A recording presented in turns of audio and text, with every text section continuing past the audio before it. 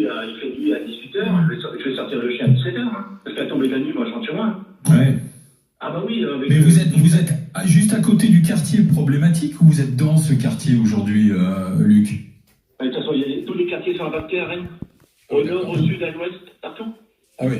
Moi, je suis plutôt dans le centre de Rennes, mais je dis, les dealers changent de quartier. Et là, la CRS, quand il y avait le Blône, ils sont arrivés dans nos quartiers. Maintenant, là, ça va être Morpa, mais tout le monde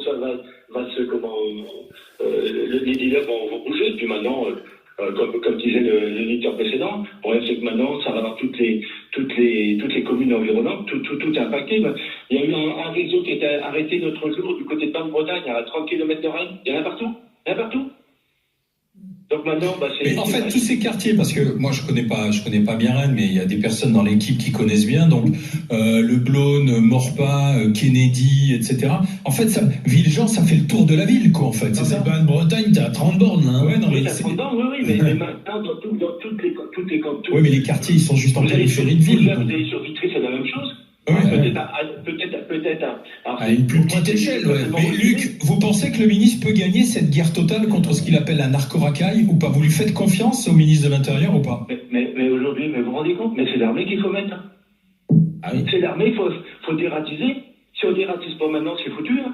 Ouais, mais sauf que l'armée, le problème, moi je suis d'accord avec vous, il faut des moyens, mais il faut des moyens qui connaissent ce terrain. L'armée, moi pour les avoir vus à l'œuvre dans un endroit où c'était pas leur terrain, ils sont pas rentrés. Hein. C'est-à-dire qu'en fait l'armée c'est bon pour se retrouver peut-être dans un champ afin de mitrailler le mec en face, malheureusement, mais l'armée vous les mettez pas dans une cité parce que ça va être.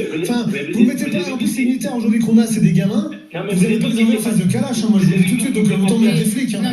Allez-y Luc. Non mais attendez, ce qui s'est passé là, ce qu'il y a eu à passer. Mais ça va tirer à terre d'Arigo, ça va tirer partout. Bien sûr. Maintenant, c'est ça le problème. Aujourd'hui, c'est Chicago-Rennes. Mais c'est Rennes, c'est partout en fait.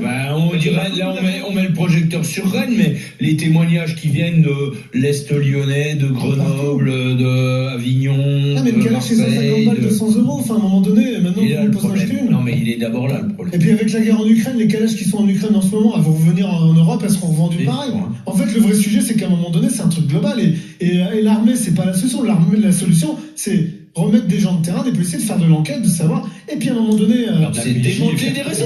Faire tomber les réseaux. Mais quand on va au Maroc, faut pouvoir en parler. Il y a un autre sujet aussi. Et si tu vas chercher la thune, parce que le vrai sujet aujourd'hui, c'est celui à qui profite le trafic. Bon, t'as le mec de son quartier qui va prendre 500 balles par jour, ok.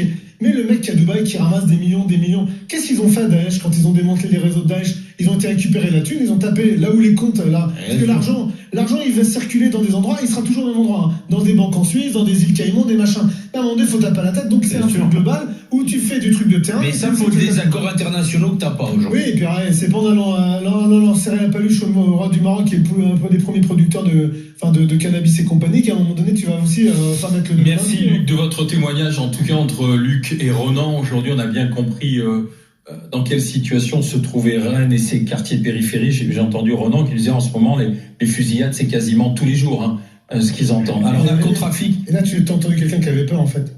Bien sûr. Quand quelqu'un de sensé comme Ronan était te dit faut envoyer l'armée, là tu te dis ok.